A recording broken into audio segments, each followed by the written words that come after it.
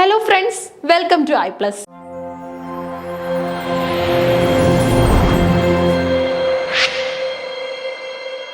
ഇന്നത്തെ ക്ലാസ്സിൽ നമ്മൾ ഡിസ്കസ് ചെയ്യാനായിട്ട് പോകുന്നത് നെറ്റ് ഇംഗ്ലീഷിന്റെ പഴയകാല ചോദ്യപേപ്പറാണ്. ഓക്കെ, അപ്പോൾ സെലക്ഷൻ ആയിട്ട് അല്ലെങ്കിൽ ക്വസ്റ്റ്യൻ പേപ്പർ അനലൈസ് ചെയ്യാനായിട്ട് നമ്മളിവിടെ തിരഞ്ഞെടുത്തിട്ടുള്ളത് നമ്മുടെ ജനുവരി 2025 ഹോസ്റ്റ് ചെയ്യപ്പെട്ട എക്സാമിന്റെ ക്വസ്റ്റ്യൻ പേപ്പർ തന്നെയാണ്. ഏറ്റവും റീസെന്റ് പരീക്ഷയുടെ ക്വസ്റ്റ്യൻ പേപ്പറാണ് പരിശോധിക്കുന്നത്. അത് വെച്ചിട്ട് നിങ്ങൾക്ക് അടുത്ത പരീക്ഷകൾക്ക് ഉറപ്പായിട്ടും നല്ല വിജയം നേടാനായിട്ട് സാധിക്കും. അപ്പോൾ നമ്മൾ 109 വരെയുള്ള ക്വസ്റ്റ്യൻസ് പഴയ വീഡിയോയിൽ ചെയ്തിട്ടുണ്ട്. ആ വീഡിയോസ് കാണാനുള്ളവരെടുത്ത് കാണുക. 110ാമത്തെ ചോദ്യമാണ് നമുക്ക് ഇവിടെ നോക്കാനുള്ളത്. 110ാമത്തെ ചോദ്യം 10ാമത്തെ നെറ്റ് ഇംഗ്ലീഷിന്റെ 10ാമത്തെ യൂണിറ്റ് ആയിട്ടുള്ള റിസർച്ചിൽ നിന്നുള്ളതാണ്. An ideal research paper should be. ഒരു ഐഡിയൽ റിസർച്ച് പേപ്പർ എങ്ങനെയുള്ളതായിരിക്കണം, എന്തൊക്കെ ക്വാളിറ്റീസ് അതിനുണ്ടായിരിക്കണം, ഐഡിയൽ റിസർച്ച് പേപ്പറിന് വേണ്ടതായിട്ടുള്ള ഗുണങ്ങൾ നോക്കിക്കോ. A statement that establishes the problem or controversial issue that the paper intends to examine. Okay, നല്ലൊരു ഹൈപ്പോത്തീസിസ് സ്റ്റേറ്റ്മെന്റ് ഉണ്ടായിരിക്കണം. പ്രോബ്ലവും controversial ഇഷ്യൂവും എല്ലാം എന്താണോ ആ ഒരു സീരീസിൽ ആ ഒരു റിസർച്ചിൽ നമ്മൾ ചെയ്യുന്നത് അതിനെക്കുറിച്ചുള്ള ഹിന്റുകളെല്ലാം ഉണ്ടായിരിക്കണം. Background information to establish past theories and current ideas on the topic. ഇനി മറ്റെന്താണ് വേണ്ടത്? ബാക്ക്ഗ്രൗണ്ട് ഇൻഫർമേഷൻ അവിടെ ഉണ്ടായിരിക്കണം. To establish past theories and current ideas on the topic. Past theories-ഉം current ideas-ഉം ഒക്കെ included ആയിട്ടുള്ള ഇൻഫർമേഷൻസ് നമുക്ക് അവിടെ ഉണ്ടാവണം. സമ്മറൈസിങ് ആൻഡ് പാരഫ്രൈസിങ് അത്യാവശ്യമാണ്. ഓക്കെ, സമ്മറൈസിങ്ങും പാരഫ്രൈസിങ്ങും ഒക്കെ തന്നെ നമ്മൾ അവിടെ ഉൾപ്പെടുത്തും. ഇനി അടുത്തത് glorification of the paper writer himself. Okay, റൈറ്ററിന്റെ ഗ്ലോറിഫിക്കേഷൻ, എഴുതിയ ആളിന്റെ ഗ്ലോറിഫിക്കേഷൻ ആണോ നമ്മൾ ലക്ഷ്യമിടേണ്ടത് ആണെന്നാണ് പറഞ്ഞിട്ടുള്ളത്. A thesis to establish one's position. നമ്മുടെ അഭിപ്രായം എന്താണ്, നമ്മുടെ സ്ഥാനം എന്താണ്, നമ്മൾ എന്താണ് റൈറ്റിംഗ്സിലൂടെ കൊണ്ടുവരുന്നത് എന്ന് പ്രസന്റ് ചെയ്യുന്ന നമ്മുടെ അഭിപ്രായങ്ങൾ വ്യക്തമാക്കുന്ന ഒന്നായിരിക്കണം, ഒരു തീസിസ് ആയിരിക്കണം അതെന്ന് പറഞ്ഞിട്ടുണ്ട്. Okay, choose the correct answer from the options given below. അപ്പം റിസർച്ച് പേപ്പർ എങ്ങനെ ആകണം എന്നാണ്, ആയിരിക്കരുതെന്നല്ല, ഷുഡ് ബി എങ്ങനെ ആയിരിക്കണം എന്നാണ് ചോദിച്ചിട്ടുള്ളത്.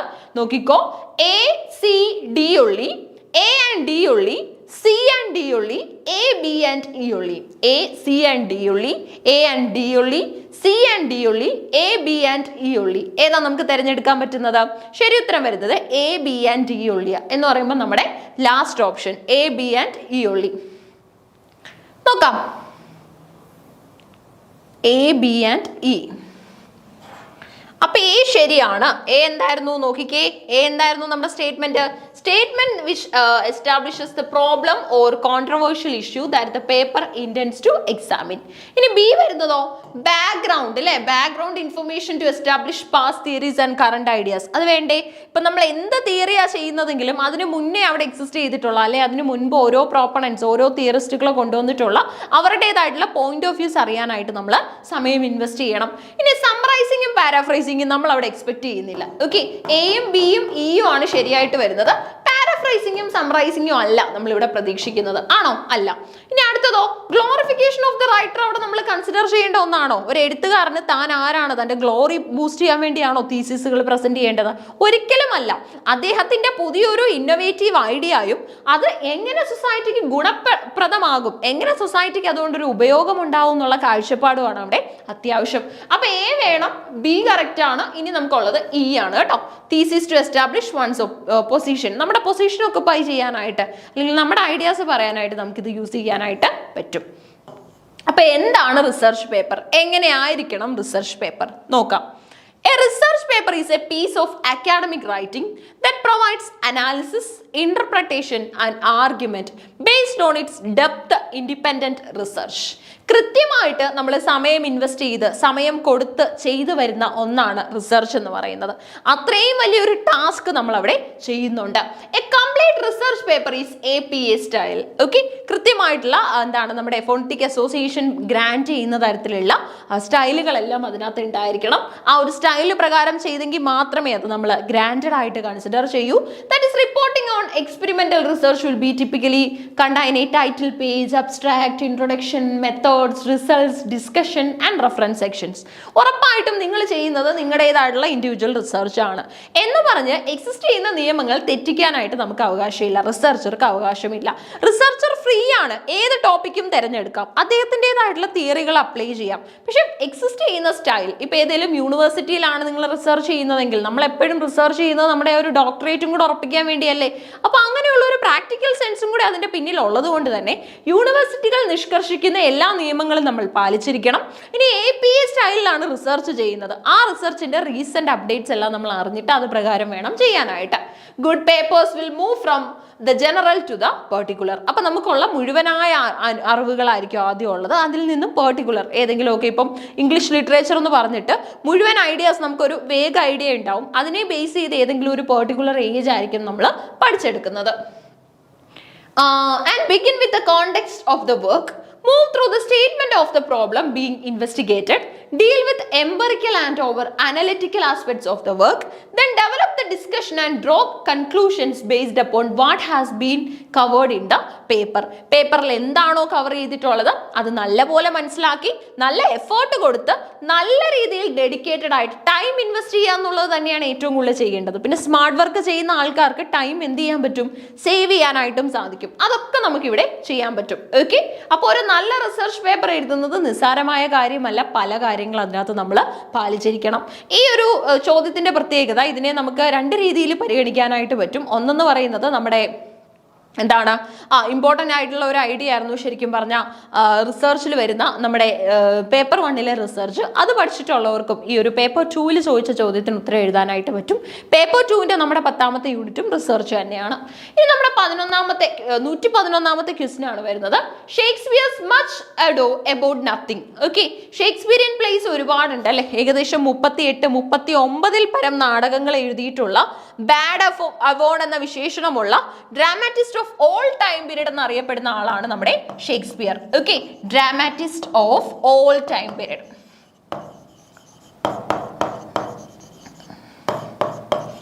എല്ലാ ടൈം പീരീഡിലെയും ഡ്രാമാറ്റിസ്റ്റ് ആണ് നമ്മുടെ ഷേക്സ്പിയർ. ഓക്കെ, 38-39 പരം നാടകങ്ങള്, 2 ലോങ് പോംസ് എഴുതിയിട്ടുണ്ട്. ഓക്കെ, ഇനി അതുപോലെ തന്നെ നമുക്ക് എത്ര സോണറ്റുകളാണ് ഇദ്ദേഹത്തിന്റെ ഭാഗത്തുനിന്ന് കാണാൻ പറ്റുന്നത്?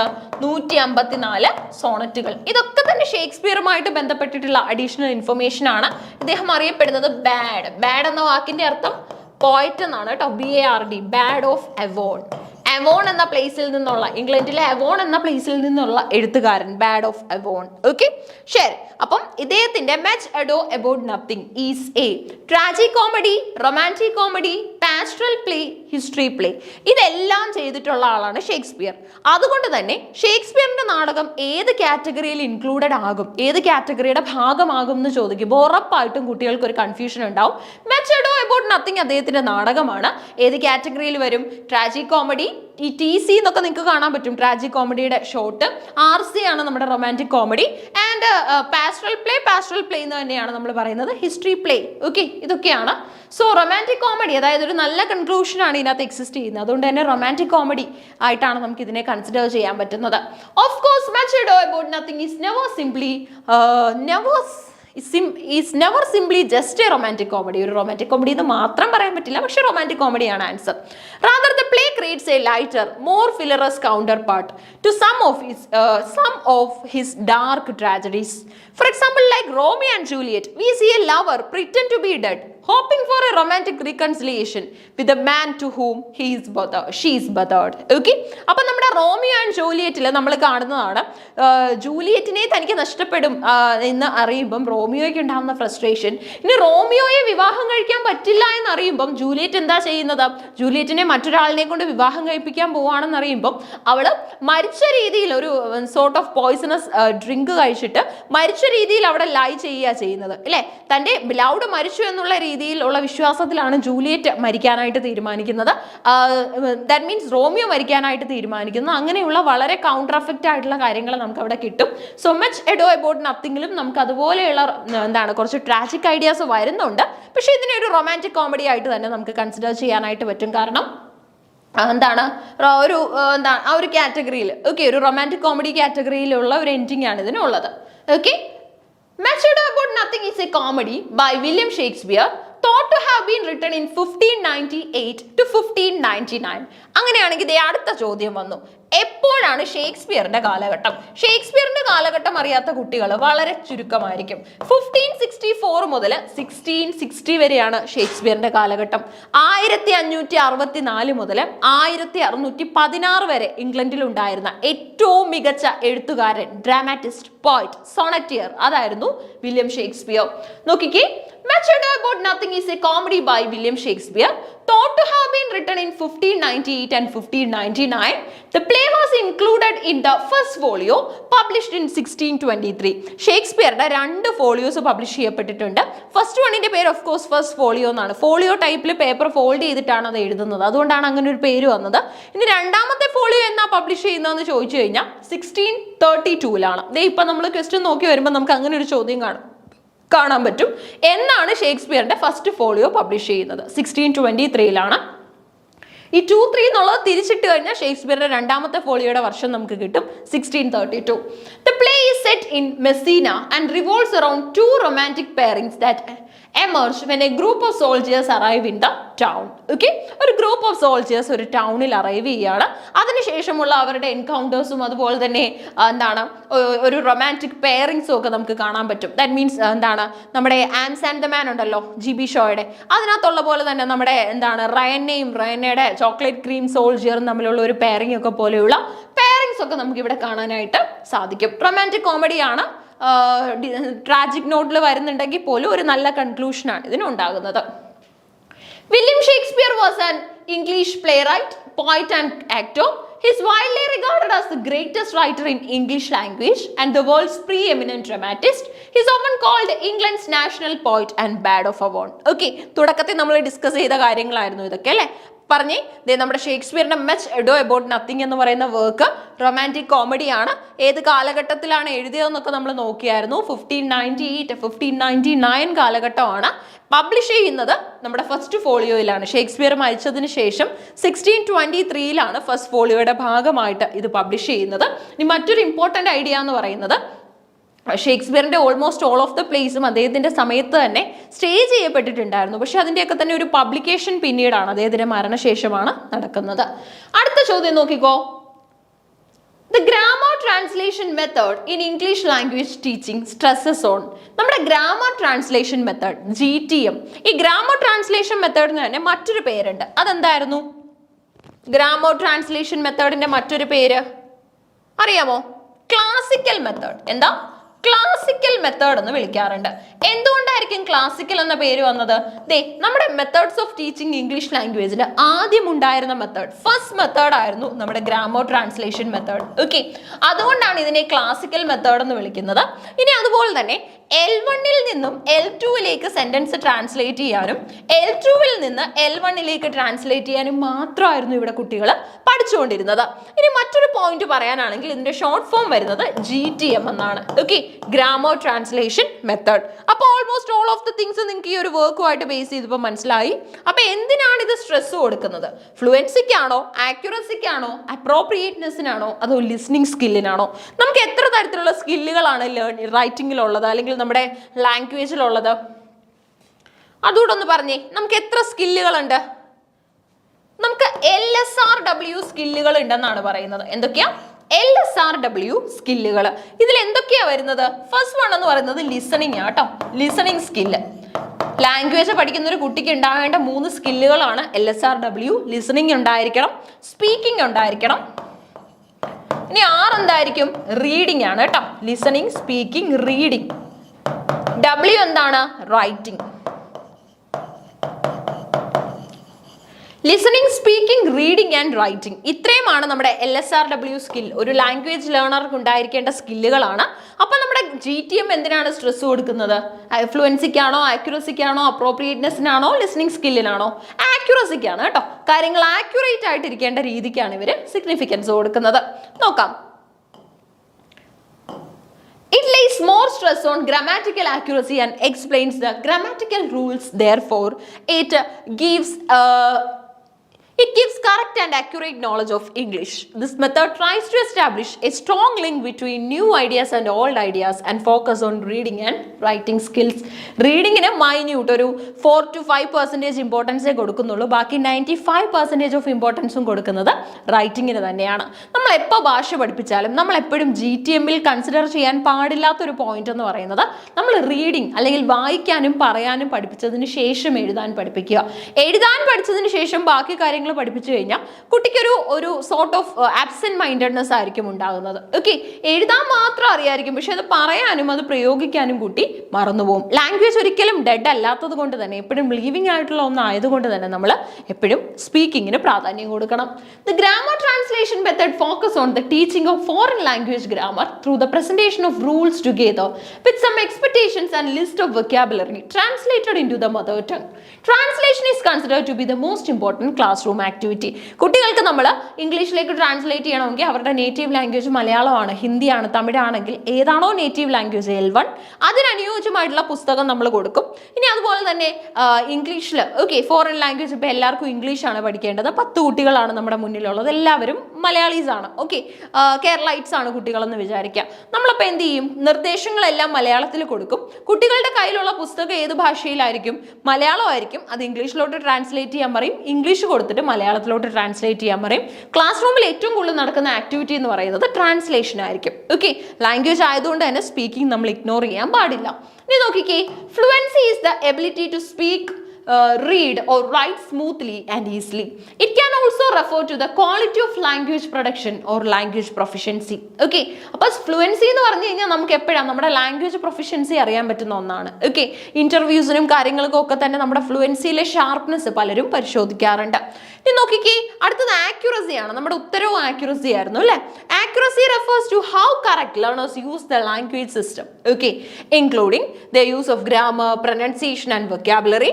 Accuracy is often compared to fluency when we talk about a learner's level of speaking or writing. ഒരു ലേണറുടെ level of speaking and writing ഒക്കെ തന്നെ കമ്പയർ ചെയ്തിട്ട് നമുക്ക് പറയാൻ പറ്റും ആക്യുറസി എങ്ങനെയുണ്ടെന്ന്. ലാംഗ്വേജിലെ ഗ്രാമർ, പ്രൊനൗൺസിയേഷൻ, സ്പീക്കിംഗ്, വൊക്കാബുലറി ഇതിലൊക്കെ കുട്ടി എങ്ങനെയുണ്ട്, ഇതാണ് accuracy.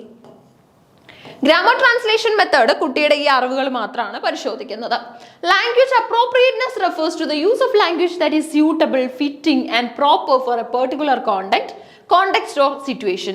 It involves choosing the right words, tone and style of communication that align with the expectation and norms of the audience or setting. ഓഡിയൻസിന്റെയും സെറ്റിംഗ്സിന്റെയും ഒക്കെ തന്നെ എക്സ്പെക്ടേഷൻസിനും നോംസും ഒക്കെ അനുസരിച്ച് നമ്മൾ ലാംഗ്വേജ് അപ്രോപ്രിയേറ്റ് ആയിട്ട് യൂസ് ചെയ്യും. സ്യൂട്ടബിൾ ആയിട്ട് ഓരോ സന്ദർഭത്തിനും അനുയോജ്യമായിട്ട് ലാംഗ്വേജ് ഉപയോഗിക്കുന്ന രീതിയാണ് language appropriateness.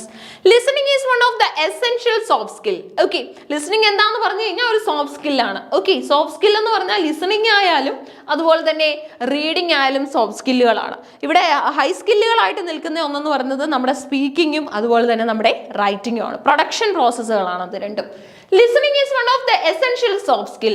It indicates a person's ability to receive and interpret information in the communication process. രണ്ട് രീതിയിൽ നമുക്ക് ലിസണിംഗ് ചെയ്യാൻ പറ്റും. ഒന്ന് ആക്റ്റീവ് ലിസണിങ്ങും ഒന്ന് പാസീവ് ആയിട്ടുള്ള ലിസണിങ്ങും.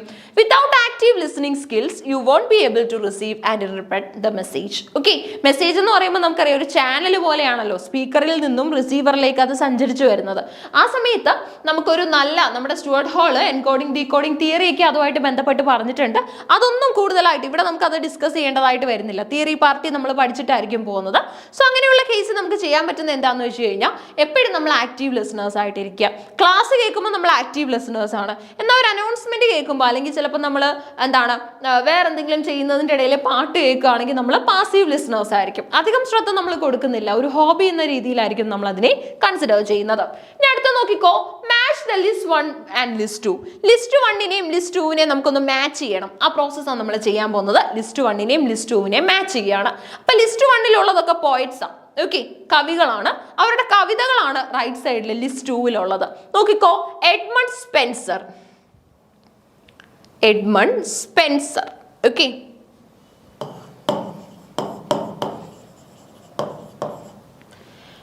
Whose list to hunt? Philip Sidney. So cruel prison, how could be died? Thomas Yard, The Fairy Queen. Henry Howard, Earl of Surrey, The Defense of Poesy. അപ്പോൾ ഇത്രയും വർക്കുകൾ നമുക്കുണ്ട്. കവികളെയും അവരുടെ കവിതകളെയും തമ്മിൽ നമ്മൾ എന്ത് ചെയ്യണം? മാച്ച് ചെയ്യണം. ഓക്കെ, മാച്ചപ്പ് ചോദ്യമാണ്. ബോക്സ് കണ്ടപ്പോഴേ മനസ്സിലായിട്ടുണ്ടാവും മാച്ചപ്പ് ആണെന്ന് അല്ലേ? ശരി, അപ്പൊ നമുക്ക് നോക്കാം. നോക്കിക്കോ.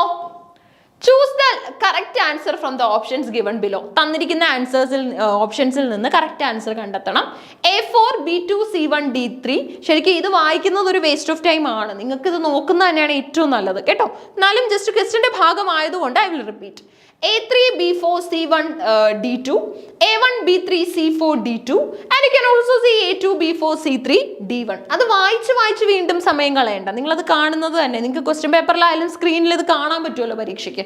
അങ്ങനെ നിങ്ങൾ ഒരു ഐ കോർഡിനേഷൻ ഉണ്ടാക്കുന്നത് തന്നെയാണ് നല്ലത്. അപ്പൊ ശരി ഉത്തരം ഇപ്പൊ നമുക്ക് അവൈലബിൾ ആണ്, പരീക്ഷയൊക്കെ കഴിഞ്ഞതുകൊണ്ട്. A3 B4 C1 D2. A3 വരുന്ന ഒറ്റ ഒരെണ്ണേ ഉള്ളൂ. അതേതാണ്? അതേ നമ്മുടെ രണ്ടാമത്തതാ. A3 B4 C1 D2. അപ്പം ഇതിനെ നമുക്ക് ശരി ഉത്തരവായിട്ട് എടുക്കാം. ശരി ഉത്തരമായി കിട്ടി. പിന്നെ നമുക്ക് മാച്ചിങ് ഒന്ന് നടത്താം. ഇത് സ്പെൻസർ എന്നാണെന്ന് വീണ്ടും ഓർമ്മിപ്പിക്കുന്നു. സ്പെൻസർ എന്ന് തന്നെ എഴുതുക കേട്ടോ. Edmund Spenser, Philip Sidney, Thomas Yard, Henry Howard. അപ്പൊ A4 സ്പെൻസറിൻ്റെത് defence of പോയസി.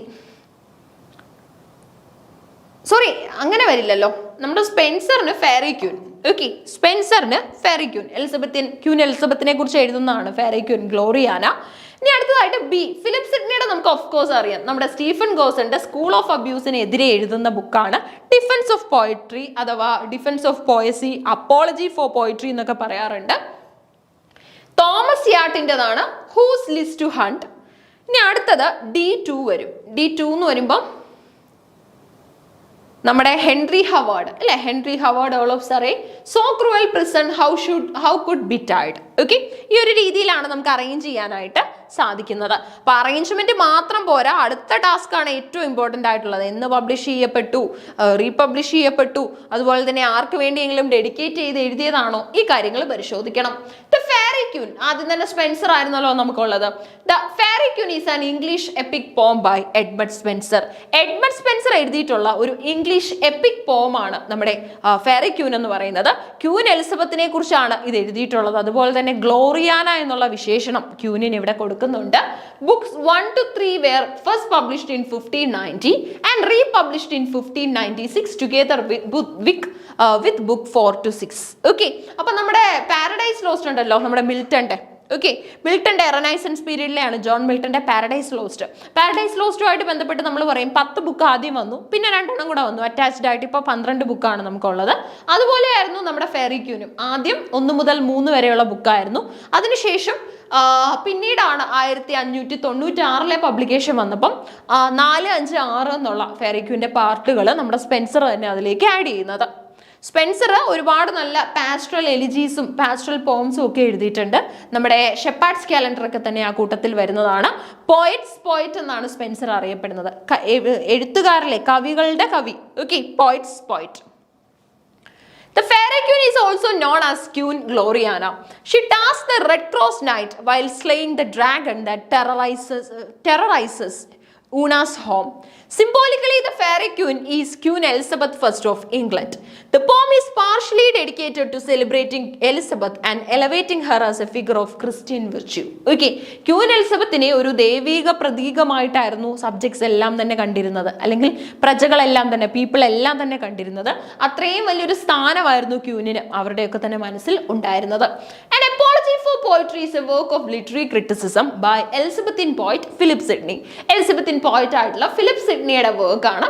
It was written in approximately 1580 and first published in 1595 after his death. Okay, അപ്പം അപ്പോളജി ഫോർ പോയട്രി എന്ന് പറയുന്ന ഒരു വർക്ക് ഓഫ് ലിറ്റററി ക്രിറ്റിസിസം ആണ്. നമ്മുടെ എലിസബത്തിൻ poet ആയിട്ടുള്ള ഫിലിപ്പ് സിഡ്നിയുടെ വർക്ക് ആണ്. It was written in approximately 1580. Okay, 1580s ഇത് എഴുതിയിട്ടുള്ളത്. And first published in 1595 after his death. നമ്മുടെ സ്റ്റീഫൻ ഗോസന്റെ സ്കൂൾ ഓഫ് അബ്യൂസ്, പോയട്രി ഒക്കെ തന്നെ അബ്യൂസീവ് ആണ് എന്നുള്ളൊരു ടോൺ അവിടെ വരുന്നുണ്ട്. അതിനെ കൗണ്ടർ അറ്റാക്ക് ചെയ്തുകൊണ്ടാണ് നമ്മുടെ ഫേമസ് റൈറ്റർ ആയിട്ടുള്ള സിഡ്നി അപ്പോളജി ഫോർ പോയട്രി അഥവാ ഡിഫൻസ് ഓഫ് പോയസി എഴുതുന്നത്. അടുത്തത് whoso list to hunt by Wyatt. Earl ആണ് ഇദ്ദേഹം. ഓക്കെ, ഇദ്ദേഹത്തിനെ നമ്മൾ വിളിക്കുന്നത് he's actually known as earl of Surrey. Okay, sorry, Wyatt അല്ല, ഹവാർഡ് ആണ് സാറേ വരുന്നത്. ഓക്കെ, അപ്പൊ ഇദ്ദേഹത്തിന് we can just call as Wyatt, Thomas Wyatt. His partially a translation. It is partially a translation and partially an imitation of Francisco Petrarch's sonnet 190. Okay, അപ്പോൾ നമ്മുടെ Italian പോയിറ്റ് ആയിട്ടുള്ള Petrarch Italian Sonet ഒക്കെ തന്നെ popularise ചെയ്ത ആളാണ്. അദ്ദേഹത്തിന്റെ Sonet 190യുടെ ഭാഗമായിട്ട് അതിന്റെ ട്രാൻസ്ലേഷൻ ആണ് ഹൂസ് ലിസ്റ്റ് ടു ഹണ്ട് എന്ന് പറയുന്ന തോമസ് യാട്ടിന്റെ ഫേമസ് കവിത. അടുത്ത നോക്കിക്കോ, it was likely written in 1530s or 40s, making it one of the first sonnets written in English. ഇംഗ്ലീഷിൽ തന്നെ എഴുതുന്ന ആദ്യത്തെ സോണറ്റ് ആയിട്ടാണ് നമ്മൾ ഇതിനെ കൺസിഡർ ചെയ്യുന്നത്. So cruel prison how could betide by Henry Howard. Earl of Surrey എന്നറിയപ്പെടുന്ന നമ്മുടെ ഹവാർഡ് എഴുതിയിട്ടുള്ള വർക്കാണ് so cruel prison how could betide. Okay, അപ്പൊ ഈ കവിത എന്താണെന്ന് ജസ്റ്റ് നമുക്ക് ചെറുതായിട്ടൊന്ന് നോക്കാം. This poem was written during Howard's imprisonment for striking another courtier. The imprisonment was highly cruel and it took place in Windsor Castle. Okay, നമ്മൾ ഈ പ്രേത കഥകളിലൊക്കെ കാണുന്ന തരത്തിലുള്ള അബാൻഡൻഡ് ആയിട്ടുള്ള കാസിലുകളൊക്കെ ഉണ്ടാവുമല്ലോ, അങ്ങനെയുള്ള ഒരു കാസിലെ ഒരു തടവ് മുറിയിലായിരുന്നു ഇദ്ദേഹം for a long time locked ആയിട്ടുള്ളത്.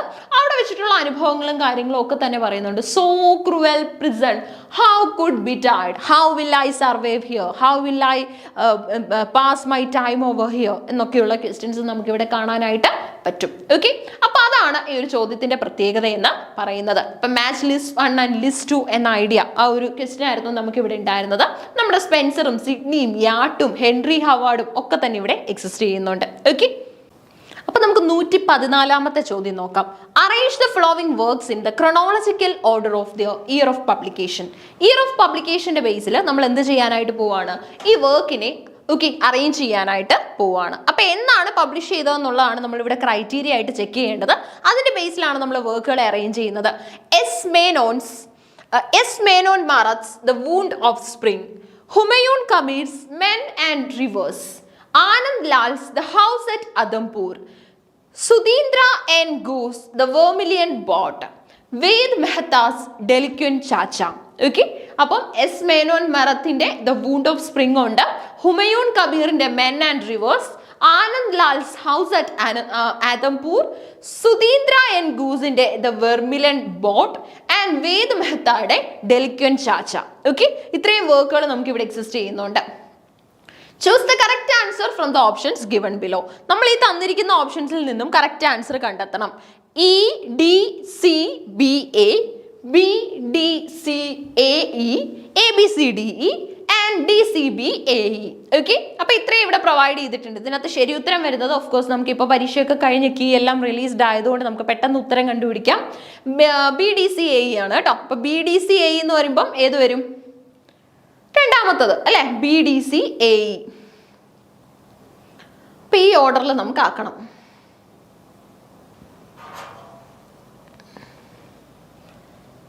B D C A E. ഇനി അറേഞ്ച് ചെയ്യാം. അപ്പൊ നമുക്ക് ക്രോണോളജിയുടെ ബേസിലാണ് അറേഞ്ച്മെന്റ് നടത്താൻ പോകുന്നത്. നോക്കിക്കോ, അപ്പൊ ബി ആദ്യം, ഡി രണ്ടാമത്. ഇയർ നമ്മൾ താഴെ പ്രൊവൈഡ് ചെയ്യും എക്സ്പ്ലനേഷനിലെ. ആനന്ദ് ലാലിന്റെ വർക്ക് മൂന്നാമത്, എസ് മേനോൻ മറത്തിന്റെ വർക്ക് നാലാമത്, നമ്മുടെ വേദ് മെഹത്താസ് ഡെലിക്വന്റ് ചാച്ച അഞ്ചാമത്. ഓക്കെ, അപ്പൊ ആദ്യം വരുന്നത് Humayun Kabir's men and rivers, first one. Flowed by Sudhindra and Ghose's the vermilion boat, flowed by Anand Lal's The House at Adhampur, and you can see S. Menon's Marat's The Wound of Spring, and the next one Ved Mehta's Delinquent Chacha. Okay, അപ്പോൾ ഈ ഓർഡറിലാണ് നമ്മൾ arrange ചെയ്തത്. പിന്നെ നമുക്ക് അത്യാവശ്യം എന്താണ് explanation അല്ലേ, എപ്പോഴൊക്കെയാണ് ഈ വർക്ക് പബ്ലിഷ് ചെയ്യപ്പെട്ടത്, എന്തൊക്കെയാണ് ഇതുമായിട്ട് ബേസ് ചെയ്ത് അറിയേണ്ടത്. എസ് മേനോൻ മാരത്തിന്റെ the wound of spring publish ചെയ്യപ്പെട്ടത് 1916 കേട്ടോ, 1960. ഹുമയൂൺ കബീറിന്റെ മെൻ ആൻഡ് റിവേഴ്സ് ഏത് വർഷമാണ്, 1945. Explores the relationship between men and nature. മെന്നും നേച്ചറും തമ്മിലുള്ള ഒരു ഹാർമോണിയസ് റിലേഷൻഷിപ്പ് ഉണ്ട്. ഒരിക്കലും ആർക്കും ബ്രേക്ക് ചെയ്യാൻ പറ്റാത്ത, എത്രയൊക്കെ മനുഷ്യൻ പ്രകൃതിയെ വേട്ടയാടിയാലും പ്രകൃതിയാണ് മനുഷ്യൻ എല്ലാ തരത്തിലുള്ള സോഴ്സും പ്രൊവൈഡ് ചെയ്യുന്നത്. സോ അങ്ങനെയുള്ള ഒരു കൺസിസ്റ്റൻസി, അങ്ങനെയുള്ള ഒരു ബന്ധം, എന്നും നിലനിൽക്കുന്ന ബന്ധം എക്സിസ്റ്റ് ചെയ്യുന്നുണ്ട്. Explores the relationship between man and nature, depicts the lives of Muslim farmers that live on the banks of the river Padma in east Bengal. Who എന്നായാലും മതി കേട്ടോ, മനുഷ്യരായതുകൊണ്ട് തന്നെ നമുക്ക് ഹൂ എന്നുള്ള പ്രയോഗമായിരിക്കും നല്ലത്. So the Muslim farmers who leave in the banks of the river Padma in west Bengal. West ബംഗാളിലെ പത്മ റിവറിന്റെ തീരത്ത് താമസിക്കുന്ന ഇസ്ലാമിക് അല്ലെങ്കിൽ നമ്മുടെ മുസ്ലിം ഫാമേഴ്സിന്റെ ലൈഫും അവരുടെ ഹാർഡ്ഷിപ്സും ഒക്കെയാണ് ഈ ഒരു കവിതയിൽ പരാമർശിക്കുന്നത്. ഹുമയൂൺ കബീറിന്റെ മെൻ ആൻഡ് റിവേഴ്സ്. അടുത്തത് ആനന്ദ് ലാലിന്റെ ദ ഹൗസ് അറ്റ് അദംപൂർ ആണ്. 1956 ഇത് പബ്ലിഷ് ചെയ്യപ്പെട്ടു. സുധീന്ദ്ര, ഒന്നിന്റെയും വർഷം ഒരുപോലെ ഇല്ല കണ്ടോ, അപ്പൊ അതുകൊണ്ട് തന്നെ വാലിഡ് ക്വസ്റ്റ്യൻ തന്നെയാണ്. സുധീന്ദ്ര എൻ ഗൂസിന്റെ വർക്ക് ആണ് എന്താണ് next work, that is the vermilion boat in 1953. 1953 വരുന്ന വർക്കാണ് സുധീന്ദ്ര എൻ ഗൂസിന്റെ ദ വെർമിലിയൻ ബോട്ട്. ഇനി അടുത്തത് വേദ് മെഹ്തായുടെ വർക്കാണ്, Ved Mehta's delinquent Chacha in 1991. Okay, 1991 publish ചെയ്ത വർക്കാണ് വേദ് മെഹ്തായുടെ ഡെലിക്വൻ ചാച്ച. അപ്പൊ ഈ രീതിയിൽ നമുക്കിപ്പോ ശരി ഉത്തരം എല്ലാം കിട്ടിയല്ലേ. അപ്പം BDCA എന്നുള്ള രീതി വേണേ നമുക്ക് ഒന്നുകൂടെ ഫോളോ ചെയ്ത് നോക്കാം.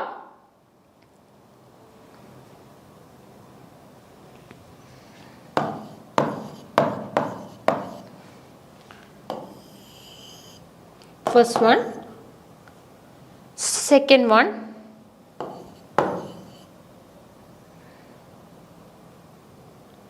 okay, and followed by our എന്താണ് വെർമിലിയൻ ബോട്ട്.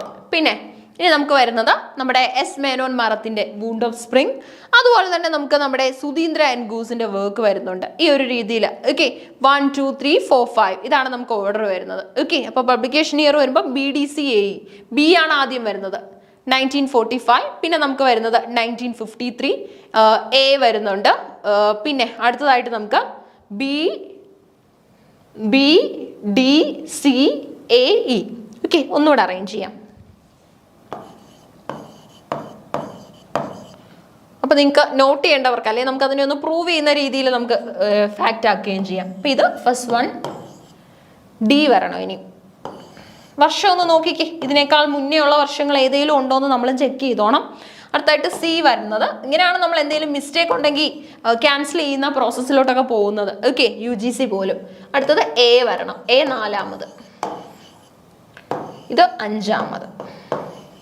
കൃത്യമായില്ലേ, ഒരു മിസ്റ്റേക്കും ഇല്ല ആ ചോദ്യത്തിൽ. നമുക്ക് കറക്റ്റ് വർഷങ്ങൾ പരിശോധിച്ച് ശരിയാക്കാൻ പറ്റുന്ന ചോദ്യമായിരുന്നു. ഓക്കെ, എന്നാൽ കുറച്ച് എന്താണ് ഇമ്പോർട്ടൻ്റ് ആയിട്ടുള്ള ക്വസ്റ്റ്യൻ ആണ്, കുറച്ച് ഫാക്ട്സ് നമുക്ക് നോക്കാനുണ്ട്. വേദ് മെഹ്തായെ കുറിച്ച് പറയാനാണെങ്കിൽ ഒരു വെൽ നോൺ ഇമ്പോർട്ടൻറ്റ് റൈറ്റർ ആണ്. Has been non chiefly for his reports on the ideas and personalities of contemporary philosophers, historians and theologians. Has in Delinquent Chacha written in his first novel. Okay, അപ്പോൾ Delinquent Chacha എന്ന് പറയുന്നത് ഇദ്ദേഹത്തിന്റെ first നോവലായിട്ടാണ് നമ്മൾ consider ചെയ്യുന്നത്. Okay, അടുത്തത് വളരെ easy ആയിട്ടുള്ള ഒരു ക്വസ്റ്റ്യൻ. രാജറാവുവിന്റെ കാന്തപുര എന്ന് പബ്ലിഷ് ചെയ്യപ്പെട്ടു. ഇതുപോലുള്ള ചോദ്യങ്ങളുടെ സീരീസ് ആണ് നമ്മൾ ഇവിടെ കണ്ടത് അല്ലേ. അതായത് കുറെ വർക്ക് തന്നിട്ടുണ്ടായിരുന്നു, എന്നിട്ട് ഇയർ ഓഫ് പബ്ലിക്കേഷന്റെ ബേസിൽ ഇതിനെ അറേഞ്ച് ചെയ്യാനായിട്ട് ചോദിച്ചു. ആ ചോദ്യത്തിനും ഈ ചോദ്യത്തിനും ഒരേ മാർഗാണെന്ന് ഓർക്കണം. ഒറ്റ ചോദ്യത്തിന് ഉത്തരം കണ്ടുപിടിച്ചാലും നമുക്ക് മാർക്ക്, അവിടെ നമുക്ക് 4 എണ്ണത്തിന് ഉത്തരം കണ്ടുപിടിച്ചാലും ഒരേ സെയിം മാർക്കാണ്. എന്നാൽ 4നോട് ഉത്തരം കണ്ടുപിടിക്കേണ്ട കാര്യമില്ല. 1 2 എണ്ണം നമുക്ക് ഉത്തരം ആയി കഴിഞ്ഞാൽ മാച്ചപ്പ് ഒക്കെ വരുന്ന കേസിൽ അല്ലെ ക്രൊണോളജിക്കൽ ഓർഡറിൽ അറേഞ്ച് ചെയ്യാൻ എന്തായാലും ചോദിച്ചിരിക്കും. ആ സമയത്ത് 1 2 വർക്കിന്റെ എങ്കിലും കൃത്യമായിട്ട് നിങ്ങൾക്ക് ഉത്തരം അറിയാമെങ്കിൽ ഓപ്ഷൻസ് പരിശോധിച്ച് ഒരു നിഗമനത്തിലെത്തി ഉത്തരം കൊടുക്കാനായിട്ട് പറ്റും. In which year was Raja Rao's Kanthapura published? രാജറാവുവിനെ കുറിച്ച് പഠിക്കുമ്പം ഏറ്റവും ഇമ്പോർട്ടൻ്റ് ആയിട്ട് അറിയേണ്ട കാര്യം കാന്തപുര എന്ന നോവലാണ്. ഇനി അതുപോലെ തന്നെ നമ്മുടെ ലിറ്ററേച്ചറിൽ, ഇന്ത്യൻ ലിറ്ററേച്ചറിൽ 3 ട്രയോസ് എന്നറിയപ്പെടുന്ന റൈറ്റേഴ്സ് ഉണ്ട്. ആ കൂട്ടത്തിൽ RK നാരായണനും മുൾക്രാജ് ആനന്ദും രാജറാവുമാണ് ഉൾപ്പെടുന്നത്. 3 triose in Indian English literature എന്ന് പറയുന്നത് RK നാരായൺ, മുൾക്രാജ് ആനന്ദ് ആൻഡ് രാജറാവു. അപ്പൊ കാന്തപുര എന്നാ പബ്ലിഷ് ചെയ്യുന്നത്? 1938. ഫസ്റ്റ് വൺ തന്നെ റൈറ്റ് ആൻസർ ആണ് അല്ലെ. നമ്മൾ ഈ ഒരു നോവൽ പഠിക്കുന്നതാണ്. അപ്പൊ ഇതിന്റെ തുടക്കത്തിൽ തന്നെ നമ്മൾ പഠിക്കും 1938 പബ്ലിഷ് ചെയ്യുന്നത്. ഏറ്റവും ഇമ്പോർട്ടൻ്റ് ആയിട്ടുള്ള ഒരു റൈറ്റർ ആണ് രാജറാവു. അതുകൊണ്ട് തന്നെ അദ്ദേഹത്തിന്റെ ബുക്കിന്റെ ഇയർ നമ്മൾ അറിയണം. നോക്കിക്കോ, Kanthapura published in February 1938. February 1938 publish ചെയ്യുന്നു. Remains a landmark in Indian English literature when the novel writing was influenced by western parameters of literature and English ethos. Rajaravu felt a need to bring Indianness into novels he write, even though they were in a foreign language. English ഭാഷയിൽ എഴുതുന്നതാണെങ്കിൽ പോലും ഇംഗ്ലണ്ടിൻ്റെതായിട്ടുള്ള ഒരു ശൈലി language കൊടുക്കുമ്പം പോലും ഇന്ത്യൻനെസ്സിൻ്റെ ഒരു തനിമ, Indian ലിറ്ററേച്ചറിൻ്റെ ഒരു പ്രസക്തി അവിടെ ഉണ്ടാകണം എന്നുള്ള പോയിന്റിൽ തന്നെയാണ് അദ്ദേഹം എഴുതുന്നത്. Kanthapura is a novel dealing with the impact of the Gandhian freedom struggle. Indian freedom struggle ആണ് on a remote South Indian village of that name. അപ്പൊ കാന്തപുര എന്ന് പറയുന്നത് നമ്മുടെ നോവലിലെ കാന്തപുര അദ്ദേഹത്തിന്റെ ഈ എന്താണ് ഇമാജിനറി വില്ലേജ് ആണ്. ഓക്കെ, കാന്തപുര എന്ന നോവലിൽ അതിന്റെ ടൈറ്റിൽ തന്നെ കാന്തപുര എന്നാണ്. ഒരു വില്ലേജ് ആ ഒരു നോവലിൽ പരാമർശിക്കുന്നുണ്ട്. വില്ലേജിന്റെ പേരാണ് നോവലിന്റെ ടൈറ്റിൽ കൊടുത്തത്. So, and what happens in Kandapura was happening all over India in those starring years from 1990 to 1931. Okay, അപ്പൊ ഈ കാന്തപുര എന്ന് പറയുന്ന ചെറിയ വില്ലേജിൽ നടക്കുന്ന കാര്യം ലോകം മുഴുവൻ ഈ ഒരു പ്രോസസ്സാണ് ഇങ്ങനെ നടന്നുകൊണ്ടിരിക്കുന്നത്. Violent struggle, okay, of the Gandhian non violent non corporation movement for the independence. അപ്പൊ ബ്രിട്ടീഷുകാരിൽ നിന്നും സ്വാതന്ത്ര്യം നേടിയെടുക്കാനായിട്ട് നടക്കുന്ന ഒരു വലിയ യുദ്ധം. മൂർത്തി, the central character in Kandapura, is depicted as a devoted follower of Mahatma Gandhi and plays a crucial role in spreading nationalism within the village. ഈ കാന്തപുര എന്ന വില്ലേജിലുള്ള ആൾക്കാരൊക്കെ തന്നെ അവർ പല ഇപ്പൊ ഝാൻസി റാണി അല്ലെങ്കിൽ നമ്മുടെ റാണി ലക്ഷ്മി ബായ്, ഇങ്ങനെയുള്ള പല ആൾക്കാരുണ്ടല്ലോ. അപ്പം എന്താണ് who is known as the Jhansi Rani. Okay, ആ ഒരു ടൈറ്റിലുകളിലൊക്കെ തന്നെ അറിയപ്പെടുന്ന റാണി ലക്ഷ്മി ബായ് അടക്കമുള്ള ഒരുപാട് ഇമ്പോർട്ടൻ്റ് ആയിട്ടുള്ള ആൾക്കാരെ കുറിച്ച് പരാമർശിക്കുന്നുണ്ട്. അവരെ പോലെ ആകാനും അവരുടെ വിൽ പവറിൽ ഉള്ള ആൾക്കാരും ഒക്കെ തന്നെ ഈ വില്ലേജിലുണ്ട്. ഓക്കെ, ഞാൻ മഹാത്മാഗാന്ധിയാണ്, ഞാൻ നെഹ്റു ആണ് എന്നൊക്കെയുള്ള രീതിയിൽ അവരുടേതായിട്ടുള്ള ജീവിതം അല്ലെങ്കിൽ അവരുടേതായിട്ടുള്ള പേരുകൾ സ്വന്തമായി സ്വീകരിച്ചും അവരെ പോലെ ജീവിച്ചും അനുകരിച്ചും ഒക്കെ തന്നെ ഫ്രീഡം സ്ട്രഗിളിൽ പങ്കെടുക്കുകയാണ് കാന്തപുരയിലെ ഓരോ ഗ്രാമീണനും. ഇനിയോ, it depicted a devoted follower of Mahatma Gandhi. മൂർത്തി ഒരു മഹാത്മാഗാന്ധി ഫോളോവർ ആണ്. ഒരു ക്രൂഷ്യൽ റോൾ ആണ് ഇതിനകത്തുള്ളത്, nationalism. From the early stages of the novel Murthy became a wave of change in Kanthapura. അപ്പം മൂർത്തി നമ്മുടെ മഹാത്മാഗാന്ധിയെ പോലെ തന്നെ ജയിൽവാസം അനുഭവിക്കേണ്ടതായിട്ട് വരുന്നുണ്ട്. എപ്പോഴും നമ്മുടെ മൂർത്തിയാണ് കാന്തപുരയിൽ നോവലിൽ ഒരു ഹീറോ ആയിട്ട് നിൽക്കുന്നത്. He was recognized with സാഹിത്യ അക്കാദമി അവാർഡ് in 1964. നമ്മുടെ രാജറാവുവിന് സാഹിത്യ അക്കാദമി പുരസ്കാരം കിട്ടിയിട്ടുണ്ട്. ന്യൂസ്റ്റഡ് ഇന്റർനാഷണൽ പ്രൈസ് ലിറ്ററേച്ചറിന് കിട്ടിയിട്ടുണ്ട് 1988 and Padma Vibhushan 2007. Kanthapura published in February 1938 remains a landmark in Indian English literature. Indian English ലിറ്ററേച്ചറിലെ ഒരു ലാൻഡ്മാർക്ക് ആയിട്ട് നമുക്ക് കൺസിഡർ ചെയ്യാൻ പറ്റുന്ന ഒരു വർക്ക് കൂടെയാണിത്. Okay, landmark in Indian English literature. അപ്പൊ നോക്കിക്കേ, identify the one who was not a new critic. ഈ കൂട്ടത്തിൽ ന്യൂ ക്രിട്ടിക് അല്ലാത്തത് ആരാണ്? ചോദ്യം കൃത്യമായിട്ട് നമ്മൾ നോക്കണം കേട്ടോ. അതാണ് കൂട്ടുകാരെ ആദ്യം നമ്മൾ ശ്രദ്ധിക്കേണ്ടത്. ഈ ചോദ്യമാണ് നമ്മൾ ഏറ്റവും കൂടുതൽ കുഴപ്പിക്കുന്നത്. ചോദ്യത്തിന്റെ കട്ടി അല്ലെങ്കിൽ കാഠിന്യത്തിലുപരി അതിന്റെ സ്റ്റൈലിംഗ് ഉണ്ടല്ലോ, അത് തന്നെയാണ് നമ്മൾ ശ്രദ്ധിക്കേണ്ടത്. Who among the following is a new critic എന്നല്ല, നോട്ട് എ എന്താണ് ന്യൂ ക്രിട്ടിക് എന്നാണ്. ന്യൂ ക്രിറ്റിസിസത്തിന്റെ പ്രത്യേകത അറിയാലോ, ക്ലോസ് റീഡിംഗ് എന്ന് നമ്മൾ പറയാറുണ്ട്. ടെക്സ്റ്റിനാണ് ഇവർ പ്രാധാന്യം കൊടുക്കുന്നത്. ഏറ്റവും കൂടുതൽ പ്രാധാന്യം ഇവർ എന്തിനു കൊടുക്കുന്നു? ടെക്സ്റ്റിന് കൊടുക്കുന്നു. ഓക്കെ, പുസ്തകത്തിന് കൊടുക്കുന്നു. അലൻ ടേറ്റ് ഉണ്ട്, റോബർട്ട് പെൻ വാരൻ ഉണ്ട്, ക്ലെന്ത് ബ്രൂക്സ് ഉണ്ട്, അതുപോലെ തന്നെ നമ്മളെ ക്ലോഡ് ലെവി സ്ട്രോസ് ഉണ്ട്. അപ്പൊ ഈ കൂട്ടത്തിൽ 3 പേര് നമ്മുടെ ന്യൂ ക്രിറ്റിസിസത്തിന്റെ ആൾക്കാരാണ്. ഓക്കെ, NCയുടെ ആൾക്കാരാണ്. ഒരാള് അല്ല. ആ അല്ലാത്തത് ആരാണെന്നാണ് നമ്മൾ കണ്ടെത്തേണ്ടത്. ക്ലോഡ് ലെവി സ്ട്രോസ സ്ട്രക്ചറലിസം പോലെയുള്ള ഐഡിയാസും അതുപോലെ തന്നെ ലിംഗ്വിസ്റ്റിക്സും ഒക്കെയാണ് ഇദ്ദേഹം സ്പ്രെഡ് ചെയ്യാനായിട്ട് ശ്രമിക്കുന്നത്. ഓക്കെ, അപ്പൊ Allen Tate, Robert Penn Warren, Cleanth Brooks, ഇവർ 3 പേരും നമ്മുടെ ന്യൂ ക്രിറ്റിസിസത്തിന്റെ ആൾക്കാരാണ്. ഇന്നത്തെ ക്ലെന്ത് ബ്രൂക്സ് കുറച്ച് കൂടുതൽ പോപ്പുലർ ആണ്. ക്ലോഡ് ലെവി സ്ട്രോസ് മറ്റൊരു മേഖലയിലെ വ്യക്തിയാണ്. എന്താണ് new criticism? Okay, the new critics emphasized close reading. പുസ്തകത്തിൽ തന്നെ എല്ലാം ഉണ്ട്, പുസ്തകവും അതിന്റെ ഫുട് നോട്ടും മാത്രം മതി അത് മനസ്സിലാക്കാനെന്നാണ് പറയുന്നത്. As a way to engage with a text and paid close attention to the interactions between form and meaning. Important new critics include Alan Tate, Robert Penn Warren, John Crowe Ransom, Cleanth Brooks, William Empson and F R. Leavis. Allen ടേറ്റിന്റെ പേര് ഇതിനകത്തുണ്ട്. Robert Penn Warren നമുക്ക് ഓപ്ഷനിൽ ഉണ്ടായിരുന്നു, ഇതിനകത്ത് പേരുണ്ട്. ക്ലിന്ത് Brooks ഉണ്ട്. ഇവരെ കൂടാതെ നമ്മുടെ ജോൺ ക്രൗ റാൻസൺ നമ്മുടെ ന്യൂ ക്രിറ്റിസിസത്തിന്റെ ഏറ്റവും ഇമ്പോർട്ടന്റ് ആയിട്ടുള്ള പ്രാക്ടീഷണർ ആണ്. ഇനി അതുപോലെ തന്നെ വില്യം എംസണും എഫ്.ആർ. ലീവിസും ഒക്കെ തന്നെ ഈ ഗ്രൂപ്പിൽ ഇൻക്ലൂഡഡ് ആയിട്ടുള്ള വ്യക്തികളാണ്. ഇനി അടുത്ത നോക്കിക്കേ, John crow Ranson was an American educator, scholar, literary critic, poet and essayist. ഇദ്ദേഹത്തിനെ നമ്മൾ പ്രത്യേകം പഠിക്കണം, കാരണം founder of new criticism, school of literary criticism എന്നാണ് ഇദ്ദേഹം അറിയപ്പെടുന്നത്. ഓക്കെ, ബാക്കിയുള്ളവരൊക്കെ അസിസ്റ്റൻസ് ആയിട്ട് സപ്പോർട്ടേഴ്സ് ആയിട്ട് ഉണ്ടായിരുന്നുവെങ്കിൽ പോലും ഫൗണ്ടർ എന്ന് നമ്മൾ വിശേഷിപ്പിക്കുന്നത് ആരെയാണ്? അത് റാൻസണെയാണേ. അമേരിക്കൻ എഡ്യൂക്കേറ്റർ ആണ്, സ്കോളർ ആണ്, ലിറ്റററി ക്രിറ്റിക് ആണ്, പോയറ്റ് ആണ്, എസ്സേയിസ്റ്റ് ആണ്, അതുപോലെ തന്നെ എഡിറ്റർ ആണ്. His considered to be a founder of the new criticism school of literary criticism. New criticism is a literary theory that focus on analyzing a text.